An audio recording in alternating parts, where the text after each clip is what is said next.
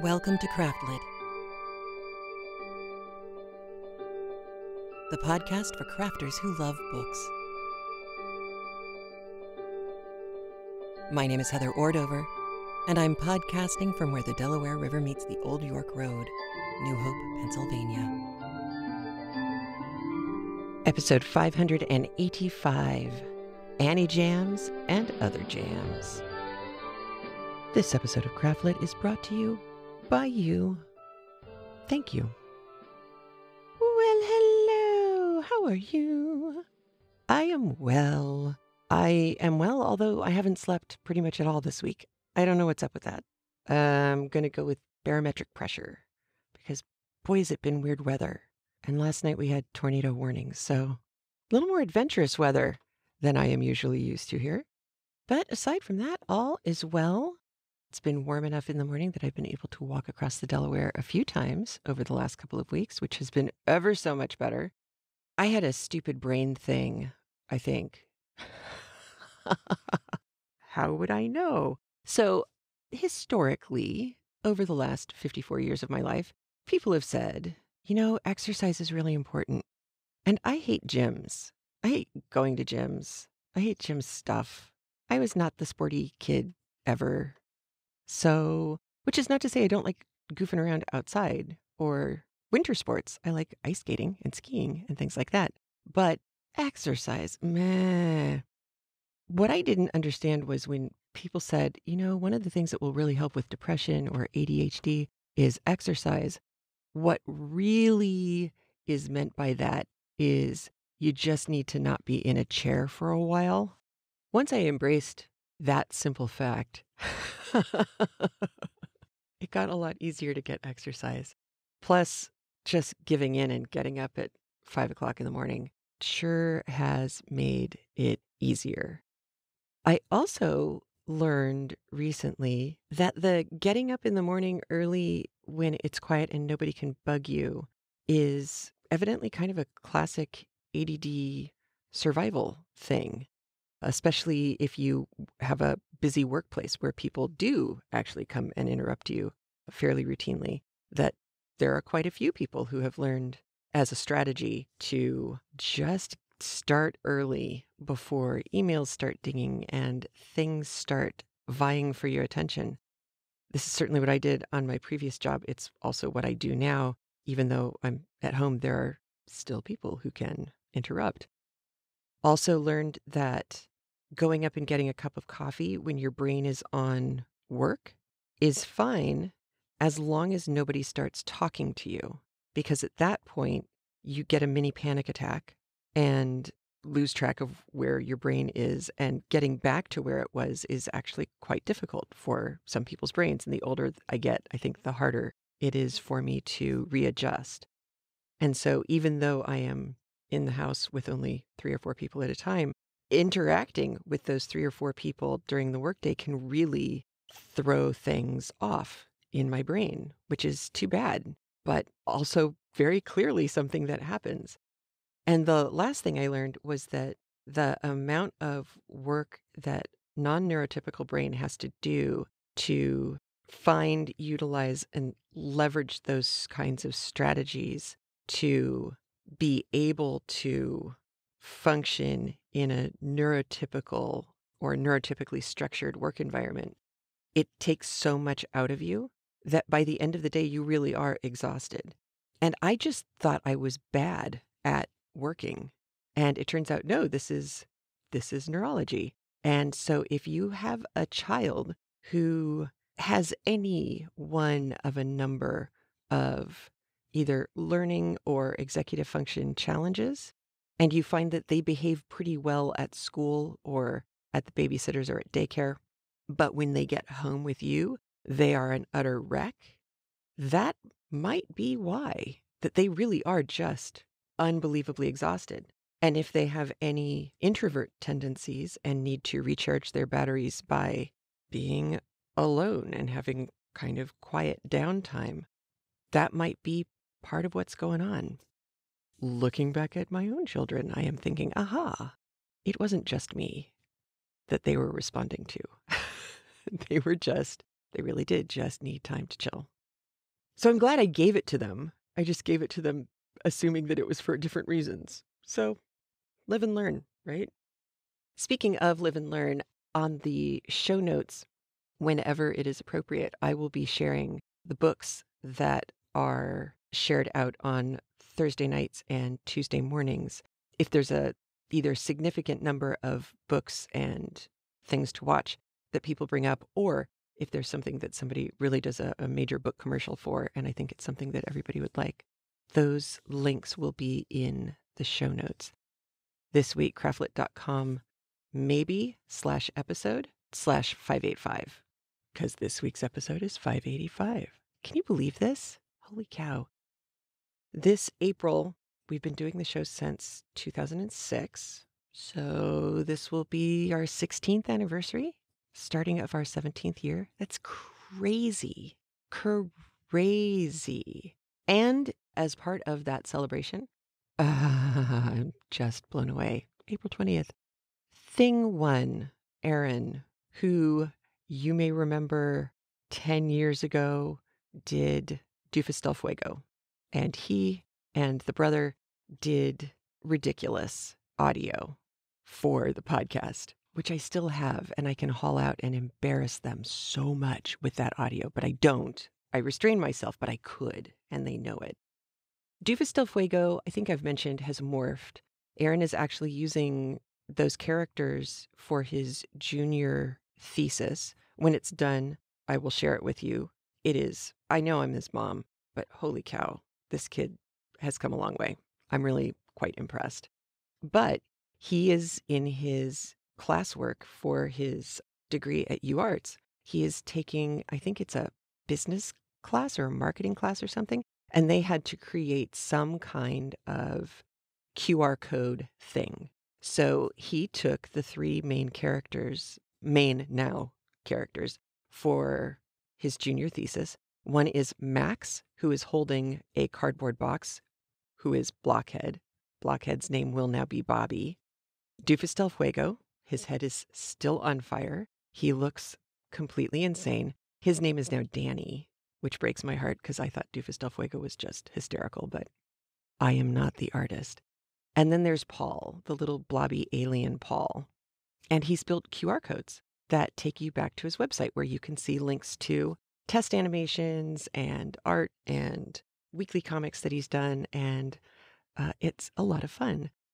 But the other thing that the kid did is an AniJam. So there are game jams that you may have heard of where people get together and over the course of a weekend, teams of people have to create from scratch a functional game. So that's an interesting challenge that people who work in game design do. Somebody came up with the idea of doing an AniJam where you have 24, 36, 48 hours and a small team of people put together a complete animation, and they're usually given a prompt. Sophomore year, Aaron was asked by a professor to go to an AniJam down in Delaware with a team from the school, and they won Best Story and Editing, which was Aaron's part of the production, so that was very exciting. And then this year, he kind of did the same thing, story editing, compositing, which is putting all the layers together. He basically was kind of show running or producing the video, and they won the whole thing. Now, there was a prompt. They had to use the word pencil. They had to use the word pineapple. And I think there was one other kind of ridiculous restriction that was put on them that I can't remember. But it's really quite good for something that they put together in 24 hours. They started at 4 o'clock on a Friday and they ended at 4 o'clock on Saturday. And I'm stupefied. So I have linked out to both, well, I have the QR codes on the show notes, but I have linked out to the AniJam award-winning video and some other goofy things that the kid's been doing. Then I have a couple of cool Etsy things for you. The first and most important is Tracy, our Tracy, who helps so much on the Zoom calls and keeping me in line. Tracy has a shop on Etsy, and I asked her and then went through Etsy and purchased from her a dragon, a crocheted dragon, whose name is now Stanley, and Stanley sits on Thing Two's bed. So that's pretty awesome. And Stanley's just adorable. Pinks and purples and has a belly, and he's just so cute. So please feel free to go and visit Tracy's shop. I've linked out to that on the show notes as well. And if you want to just go there on your own and search for it, it's Tracy's Creations, Tracee, no S, just Tracy Creations, Creations. So let's see, that's etsy.com/shop/Tracy Creations.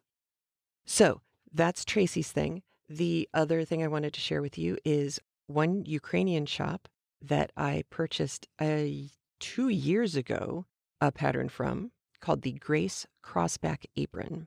We have talked about pockets on the show for a long time now, and at the beginning of the pandemic, I don't know how I came across it, but I saw this apron and I thought, that will make life easier.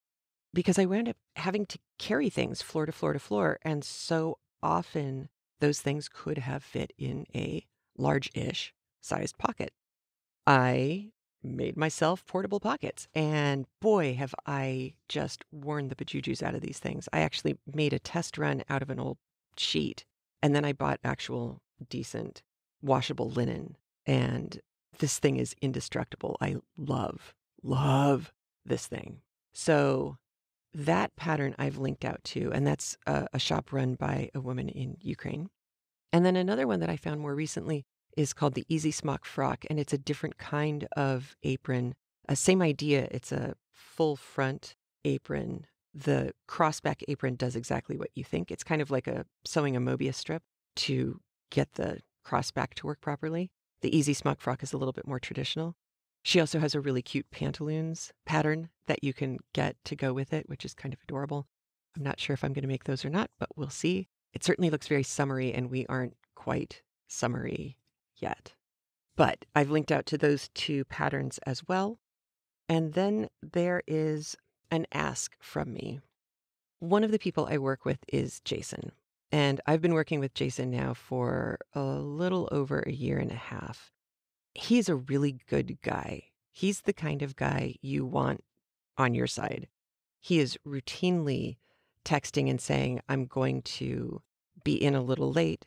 I just found out that one of my friend's sons passed away from an overdose, and I need to go be with him. Or I have to leave right at 5:30 when we end today because I've got to get to our church board meeting. He's that guy. He's active. He is always out helping people, doing things for others constantly. He is particularly involved in recovery work. And he doesn't just talk the talk, he walks the walk. Jason, who rarely asks for anything of other people, shyly asked if the other trainers and I could share out a link to a build your own chopper competition. Jason lives in a slightly more rural part of Pennsylvania on the western side, where the opioid epidemic has been pretty bad. And he also rides a motorcycle, among other things. This is not his entire life. He has a wife, he has a daughter, he's a grown-up person. He has a really nice bike. But there's a guy who I think had a TV show. He does one-of-a-kind motorcycle builds. So there's one for Fallen Heroes that's in honor of MIAs. It incorporates pieces of actual rifles on the design of the bike. It's kind of extraordinary. He designed one for NASA, and he doesn't just design these, he builds them. Built a NASA one that has like space shuttle work all over it. It's really cool. I linked out to a video of the OCC Roadhouse. It's Orange County Choppers. At their Roadhouse, there's a tour that some other motorcycle channel did, and you can see some of the bikes that are on display there. Well, one of the things that this guy does, the one who does the designing, he does a competition. And if you win the competition by getting votes, you will be able to build a bike with this guy, design and build the bike. And Jason wants to build a Celebrate Recovery bike that he could then ride around on his way to go help people and save lives and do good work. So if you are interested, you are more than welcome to go to the show notes for episode 585, and the link is there for Jason's chopper competition. This link will take you to a dreamchopper.com/222/Jason-Geeting, Geeting. That URL will allow you to vote for Jason. You can vote once for free, and then if you want to make a donation, you can absolutely do that, and that will allow you to purchase more votes. That's up to you. If you can go and give him a free vote, that would be spectacular. He is currently second. He's in second place out of, I think it's 17 people. And I'm really hoping that he wins. He's certainly a guy who deserves to.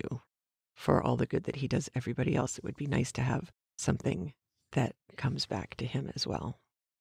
That's all the things for today. So now let's go to Joan. I've got 2 chapters for you today, chapter 4 and chapter 5. A couple of things for chapter 4. The Butcher of Agincourt is Henry V. Just to put it into perspective, again, we're not in Shakespeare land, we are in France, and so Henry V is the Butcher of Agincourt. And there's, of course, more drama there because part of what happens after Agincourt is there's the Treaty of Troy. This becomes a part of chapter 5. The Treaty of Troy is in part where Henry V winds up being gifted with the wife of the older, now having kind of lost his mind, Charles the Sixth, his daughter Catherine, who was played by Emma Thompson in the movie that Kenneth Branagh did. That's where that comes from, is from this treaty. Catherine was part of the deal, because that way, any child they have, Henry VI, was going to be part French, part British, and therefore theoretically able to unite the two countries permanently. Didn't work out that way. That's fine. You're going to hear a reference to Salic law, SALIC. That is, and I link out to this in the show notes because it's a lot more complicated than what I'm about to say. But the upshot is, it is a code of the Salian Franks, Franks, the Lex Salica, Salica. Salic law is basically old French law that denies the right of dynastic succession to women. So, saying that any child of Henry, female or male or female, would be the ruler of both places kind of rubs France the wrong way. Because chicks, pesky. You're going to hear more talk of paladins, the paladin, the kid who likes to think of himself as a paladin, who would be a knight, which means a gentleman, just planting that seed there. In chapter 5, toxin, spelled differently, Tocsin, not Tox. Tocsin is an archaic word. I don't think it's in particularly common use anymore, and it just means an alarm bell or some kind of a signal that rings to warn people of something. You're also going to hear references to 2 of the gentlemen that I talked about a few weeks ago. One is Dunois, the bastard of Orleans. And just to remind you, he was the half-brother of Louis of Valois, the Duke of Orleans. Louis was a brother of Philip the Bold, the Duke of Burgundy. So there you get the Burgundians, the English-leaning French, who were largely in Paris at this point. And you get, on the Orleans side of things, you get the Armagnacs, who are the Jean de Dunois, the bastard of Orleans, and you get La Hire. La Hire, again, L-A, and then H-I-R-E, man of many, many, many names, which is why everybody just called him La Hire. The 2 of them worked together quite well and will eventually work for Joan. Even so, the guy's called the Bastard of Orleans, but everybody seemed to have loved him. So it was both an insult and I think at this point kind of a loving tribute to the fact that he was just tough as nails and really, really good at his job. And that's pretty much it. So let's listen to chapters 4 and 5 of Personal Recollections of Joan of Arc by Mark Twain, read for us by John Greenman. Here we go.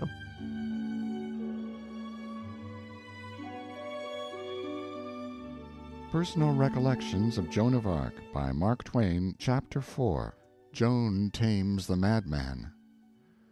All children have nicknames, and we had ours.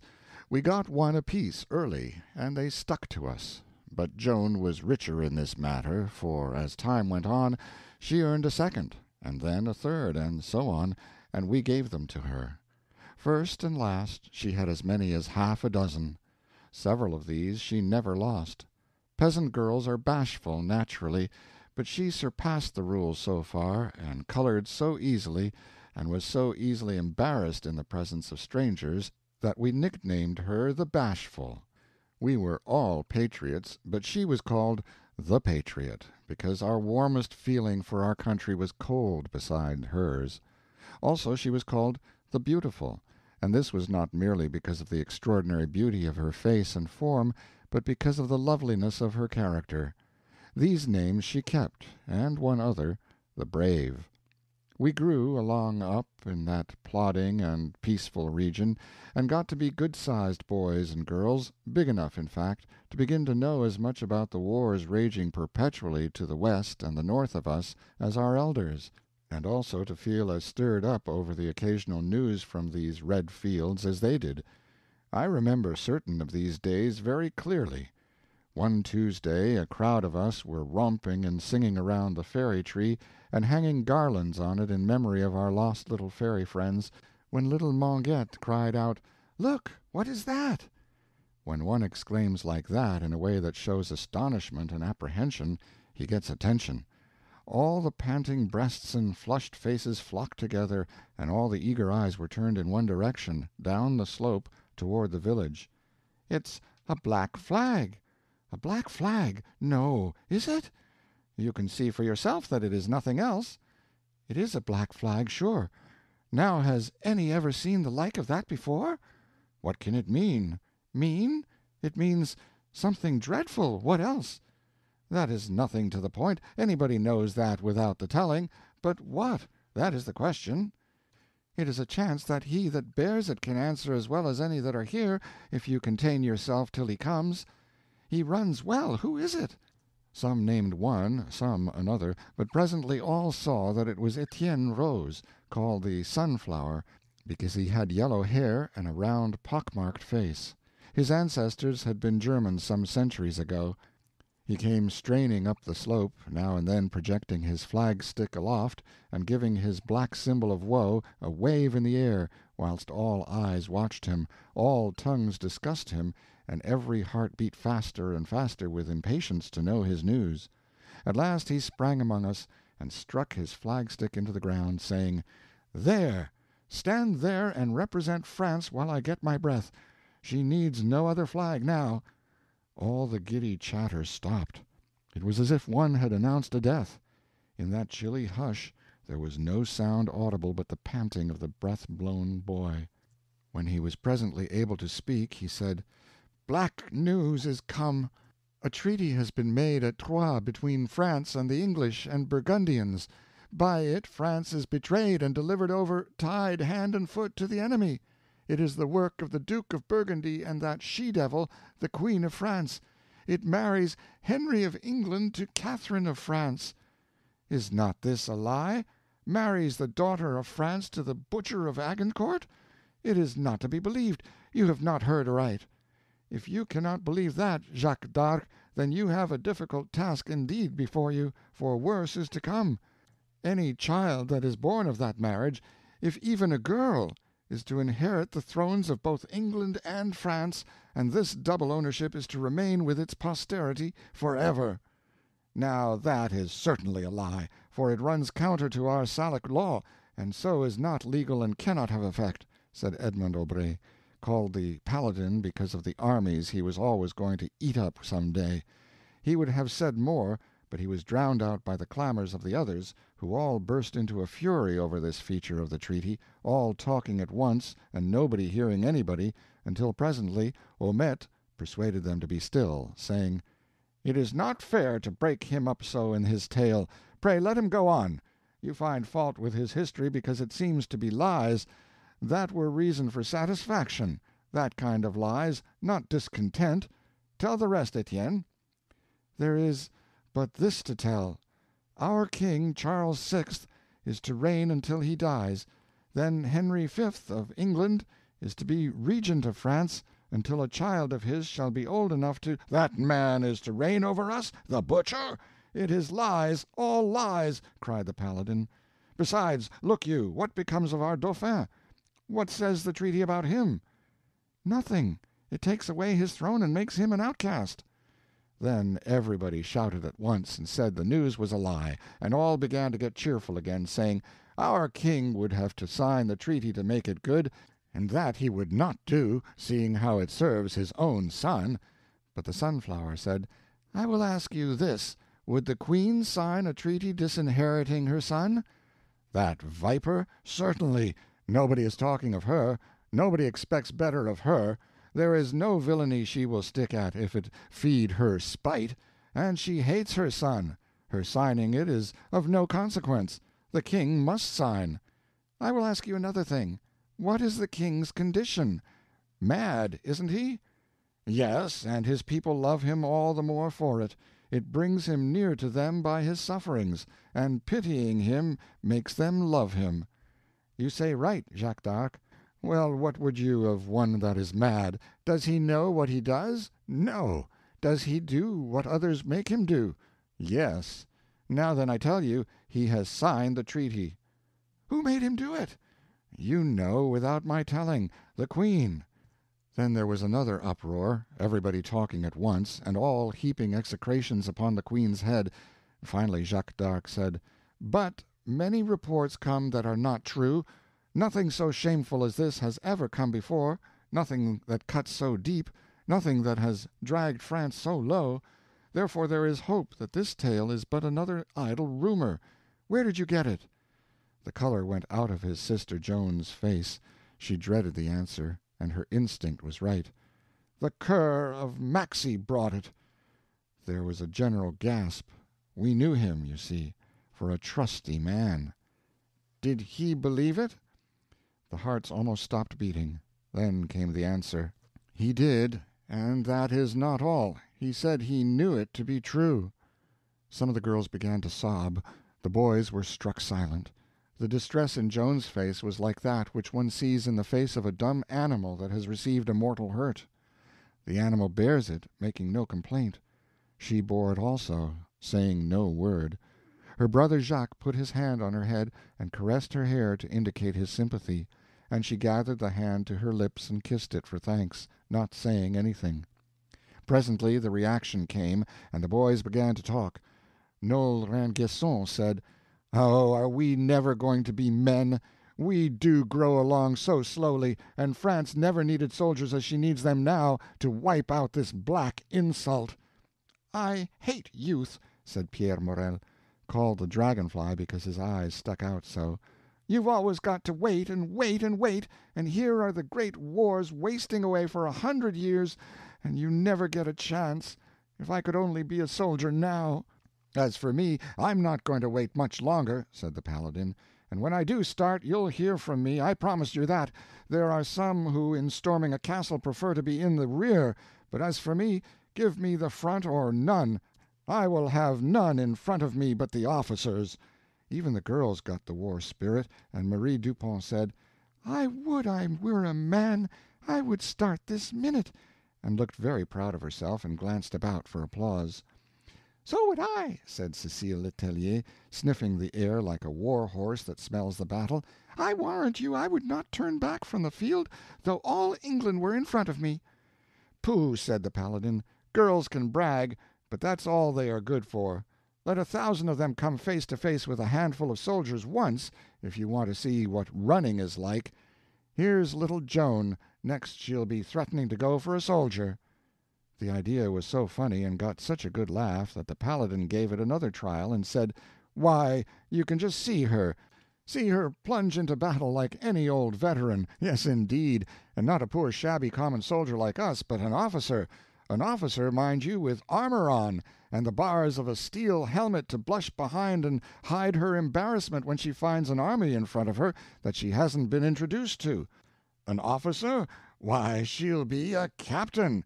A captain, I tell you, with 100 men at her back, or maybe girls. Oh, no common soldier business for her, and, dear me, when she starts for that other army you'll think there's a hurricane blowing it away." Well, he kept it up like that till he made their sides ache with laughing, which was quite natural, for certainly it was a very funny idea, at that time. I mean the idea of that gentle little creature that wouldn't hurt a fly, and couldn't bear the sight of blood, and was so girlish and shrinking in all ways, rushing into battle with a gang of soldiers at her back.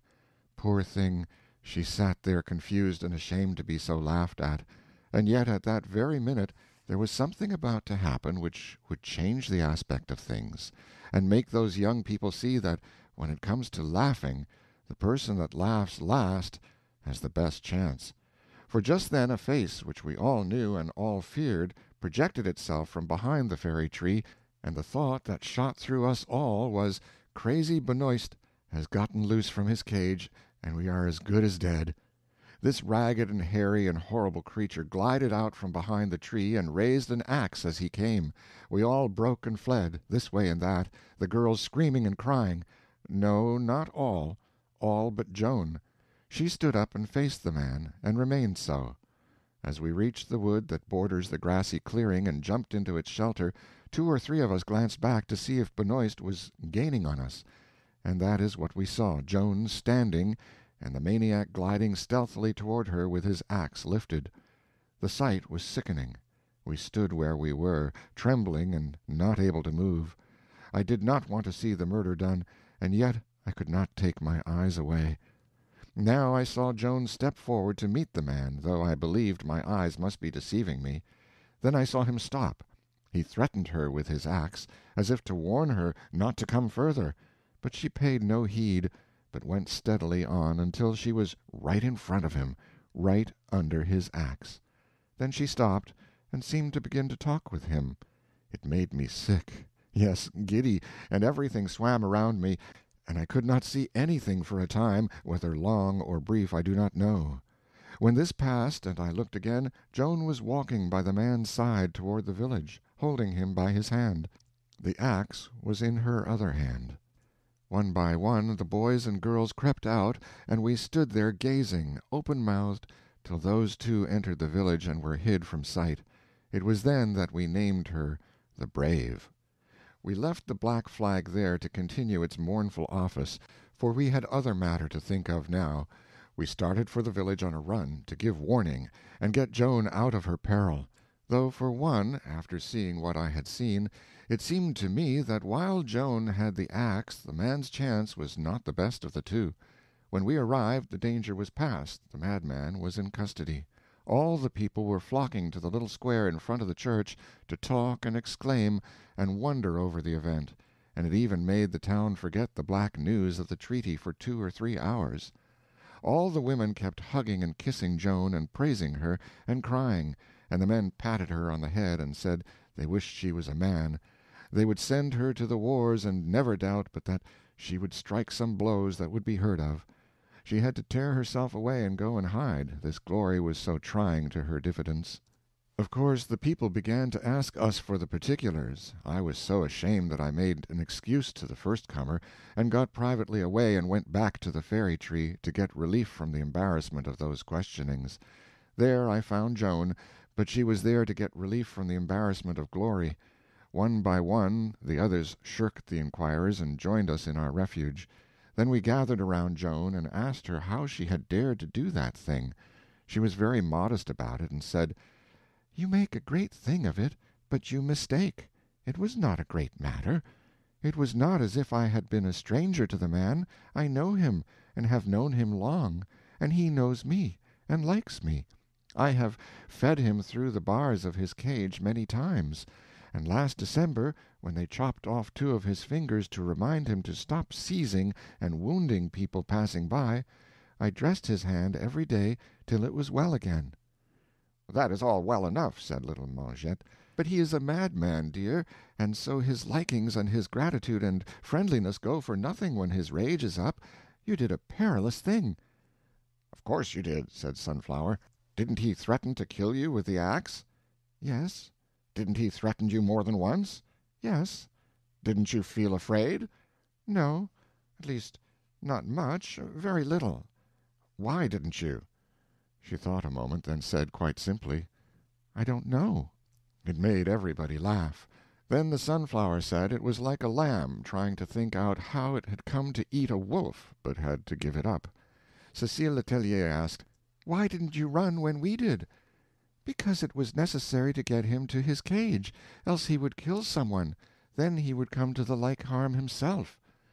It is noticeable that this remark, which implies that Joan was entirely forgetful of herself and her own danger, and had thought and wrought for the preservation of other people alone, was not challenged or criticized or commented upon by anybody there, but was taken by all as matter of course and true.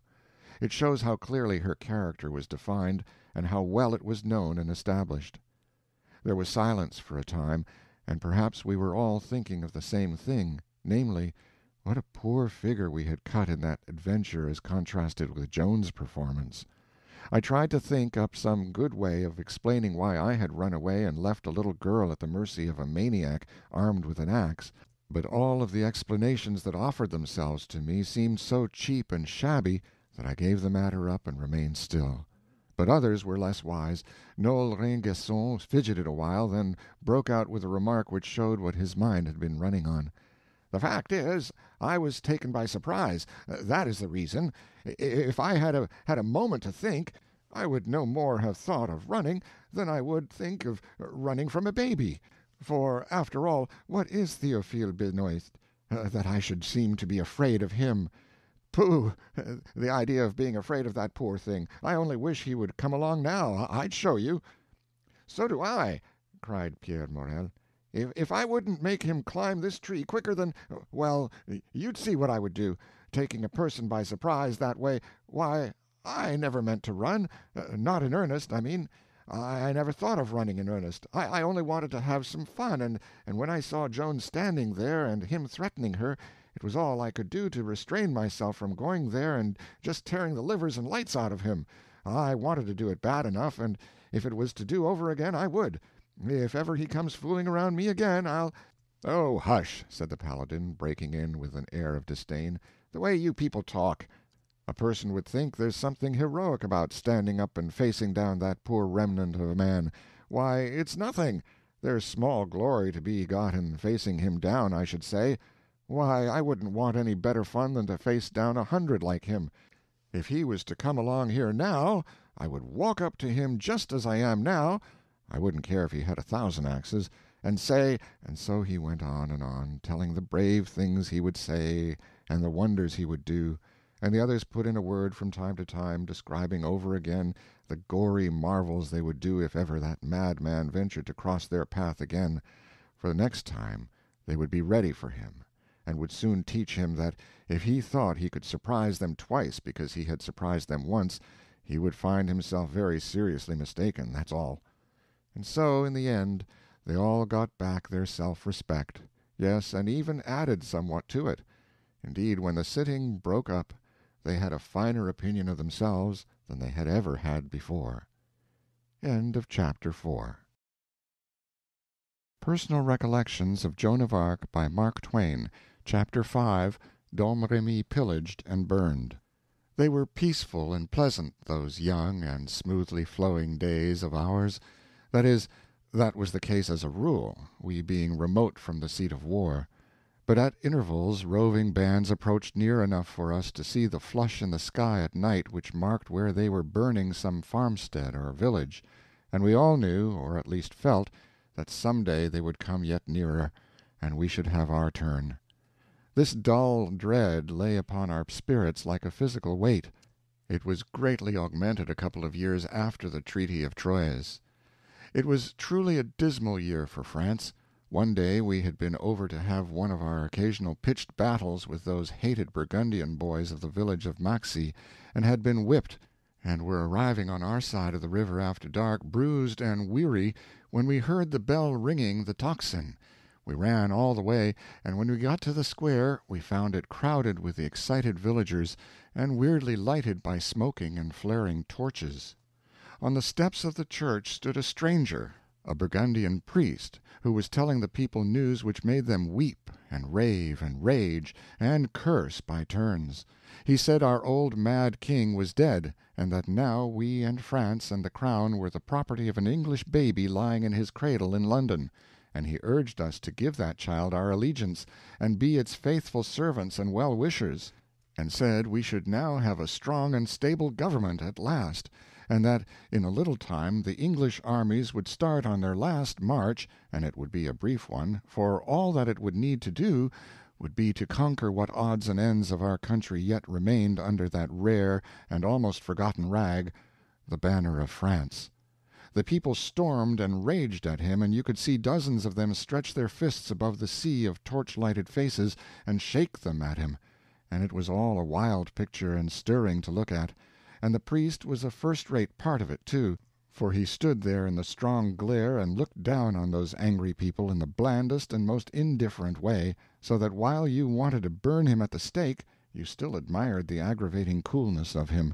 And his winding up was the coolest thing of all, for he told them how, at the funeral of our old king, the French king-at-arms had broken his staff of office over the coffin of Charles VI and his dynasty, at the same time saying in a loud voice, "God grant long life to Henry, King of France and England, our sovereign lord," and then he asked them to join him in a hearty amen to that. The people were white with wrath, and it tied their tongues for the moment, and they could not speak. But Joan was standing close by, and she looked up in his face and said in her sober, earnest way, "I would I might see thy head struck from thy body." Then after a pause, and crossing herself, "If it were the will of God." This is worth remembering, and I will tell you why. It is the only harsh speech Joan ever uttered in her life. When I shall have revealed to you the storms she went through, and the wrongs and persecutions, then you will see that it was wonderful that she said but one bitter thing while she lived. From the day that that dreary news came we had one scare after another, the marauders coming almost to our doors every now and then, so that we lived in ever-increasing apprehension, and yet were somehow mercifully spared from actual attack. But at last our turn did really come. This was in the spring of '28. The Burgundians swarmed in with a great noise, in the middle of a dark night, and we had to jump up and fly for our lives. We took the road to Neufchâteau, and rushed along in the wildest disorder, everybody trying to get ahead, and thus the movements of all were impeded. But Joan had a cool head, the only cool head there, and she took command and brought order out of that chaos. She did her work quickly, and with decision and dispatch, and soon turned the panic flight into a quiet, steady-going march. You will grant that for so young a person, and a girl at that, this was a good piece of work. She was 16 now, shapely and graceful, and of a beauty so extraordinary that I might allow myself any extravagance of language in describing it, and yet have no fear of going beyond the truth. There was in her face a sweetness and serenity and purity that justly reflected her spiritual nature. She was deeply religious, and this is a thing which sometimes gives a melancholy cast to a person's countenance, but it was not so in her case. Her religion made her inwardly content and joyous, and if she was troubled at times, and showed the pain of it in her face and bearing, it came of distress for her country. No part of it was chargeable to her religion. A considerable part of our village was destroyed, and when it came safe for us to venture back there, we realized what other people had been suffering in all the various quarters of France for many years, yes, decades of years. For the first time we saw wrecked and smoke-blackened homes, and in the lanes and alleys carcasses of dumb creatures that had been slaughtered in pure wantonness, among them calves and lambs that had been pets of the children, and it was pity to see the children lament over them. And then the taxes. The taxes. Everybody thought of that. That burden would fall heavy now in the commune's crippled condition, and all faces grew long with the thought of it. Joan said, "Paying taxes with naught to pay them with is what the rest of France has been doing these many years, but we never knew the bitterness of that before. We shall know it now." And so she went on talking about it and growing more and more troubled about it until one could see that it was filling all her mind. At last she came upon a dreadful object. It was the madman, hacked and stabbed to death in his iron cage in the corner of the square. It was a bloody and dreadful sight.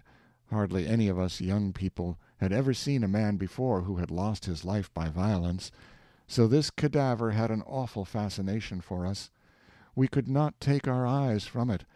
I mean, it had that sort of fascination for all of us but one. That one was Joan. She turned away in horror and could not be persuaded to go near it again. There, it is a striking reminder that we are but creatures of use and custom. Yes, and it is a reminder, too, of how harshly and unfairly fate deals with us sometimes. For it was so ordered that the very ones among us who were most fascinated with mutilated and bloody death were to live their lives in peace, while that other, who had a native and deep horror of it, must presently go forth and have it as a familiar spectacle every day on the field of battle. You may well believe that we had plenty of matter for talk now, since the raiding of our village seemed by long odds the greatest event that had really ever occurred in the world. For although these dull peasants may have thought they recognized the bigness of some of the previous occurrences that had filtered from the world's history dimly into their minds, the truth is that they hadn't.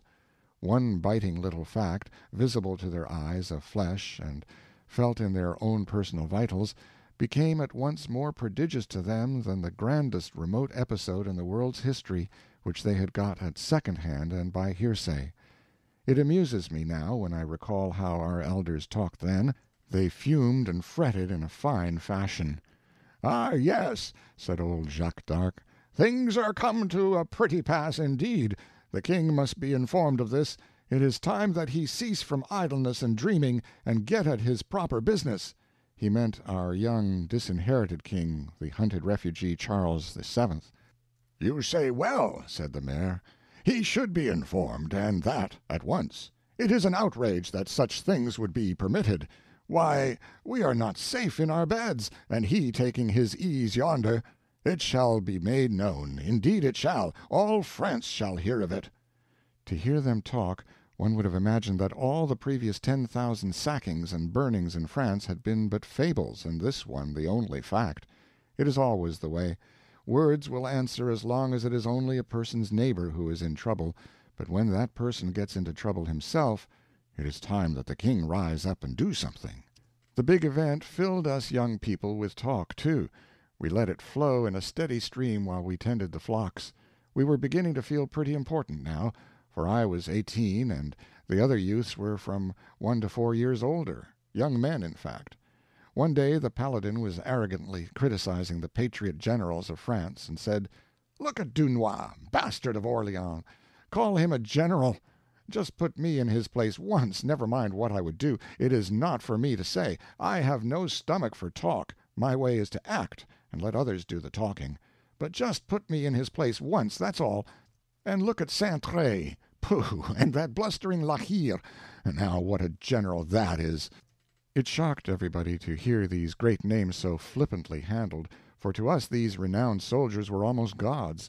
In their far-off splendor they rose upon our imaginations dim and huge, shadowy and awful, and it was a fearful thing to hear them spoken of as if they were mere men, and their acts open to comment and criticism.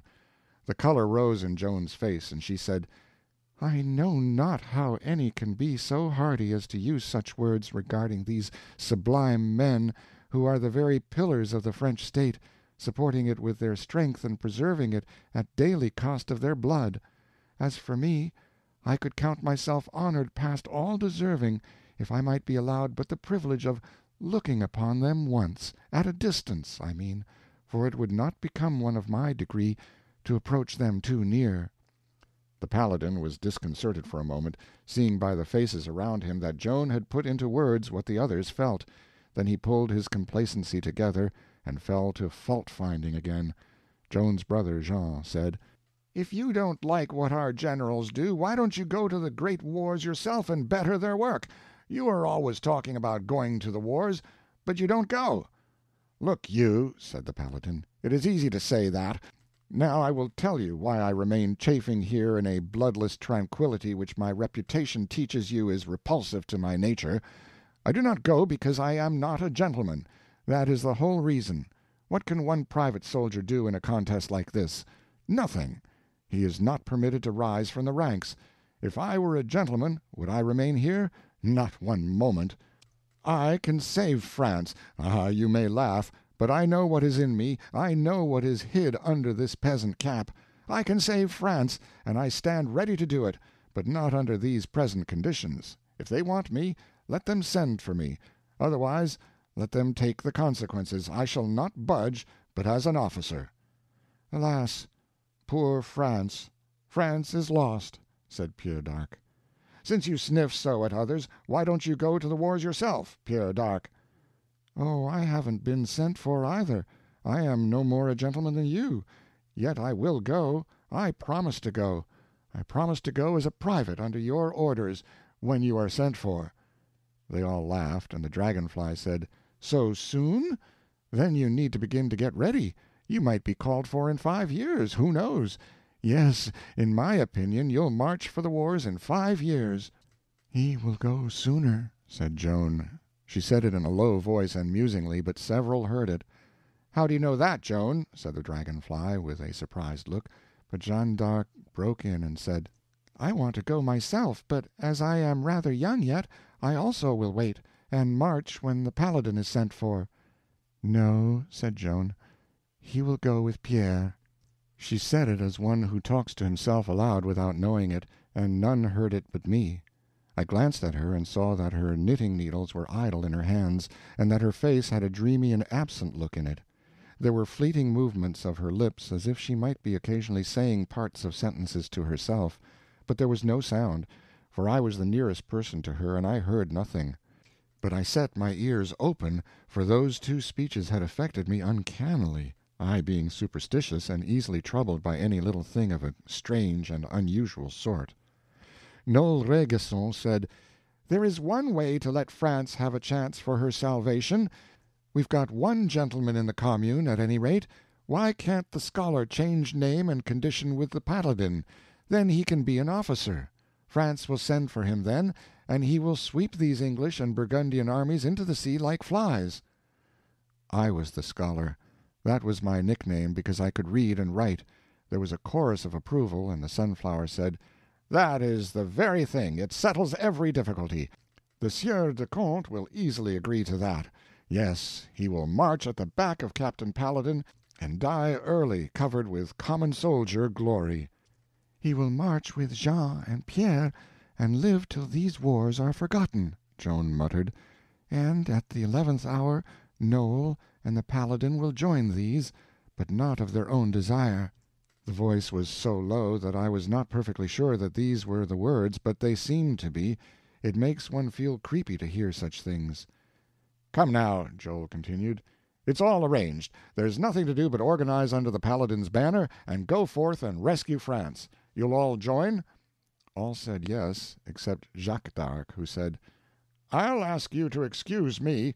It is pleasant to talk war, and I am with you there, and I've always thought that I should go soldiering about this time, but the look of our wrecked village and that carved-up and bloody madman have taught me that I am not made for such work and such sights. I could never be at home in that trade. Face swords and the big guns and death, it isn't in me. No, no, count me out. And besides, I'm the eldest son and deputy prop and protector of the family. Since you are going to carry Jean and Pierre to the wars, somebody must be left behind to take care of our Joan and her sister. I shall stay at home and grow old in peace and tranquillity." "He will stay at home, but not grow old," muttered Joan. The talk rattled on in the gay and careless fashion privileged to youth, and we got the paladin to map out his campaigns and fight his battles and win his victories and extinguish the English and put our king upon his throne and set his crown upon his head. Then we asked him what he was going to answer when the king should require him to name his reward. The paladin had it all arranged in his head and brought it out promptly. "He shall give me a dukedom, name me premier peer, and make me hereditary Lord High Constable of France." "And marry you to a princess. You're not going to leave that out, are you?" The paladin colored a trifle and said brusquely, "He may keep his princesses. I can marry more to my taste," meaning Joan, though nobody suspected it at the time. If any had, the paladin would have been finely ridiculed for his vanity. There was no fit mate in that village for Joan of Arc. Every one would have said that. In turn, each person present was required to say what reward he would demand of the king if he could change places with the paladin and do the wonders the paladin was going to do. The answers were given in fun, and each of us tried to outdo his predecessors in the extravagance of the reward he would claim. And when it came to Joan's turn, and they rallied her out of her dreams and asked her to testify, they had to explain to her what the question was, for her thought had been absent, and she had heard none of this latter part of our talk. She supposed they wanted a serious answer, and she gave it. She sat considering some moments, then she said, "If the Dauphin, out of his grace and nobleness, should say to me, 'Now that I am rich and am come to my own again, choose and have,' I should kneel and ask him to give command that our village should never more be taxed." It was so simple and out of her heart that it touched us, and we did not laugh, but fell to thinking. We did not laugh, but there came a day when we remembered that speech with a mournful pride, and were glad that we had not laughed, perceiving then how honest her words had been, and seeing how faithfully she made them good when the time came, asking just that boon of the king, and refusing to take even any least thing for herself. End of chapter 5.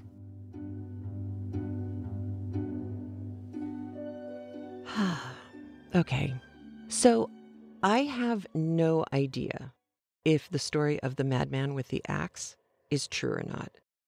I am still going through the original translations of the court records, which is quite something.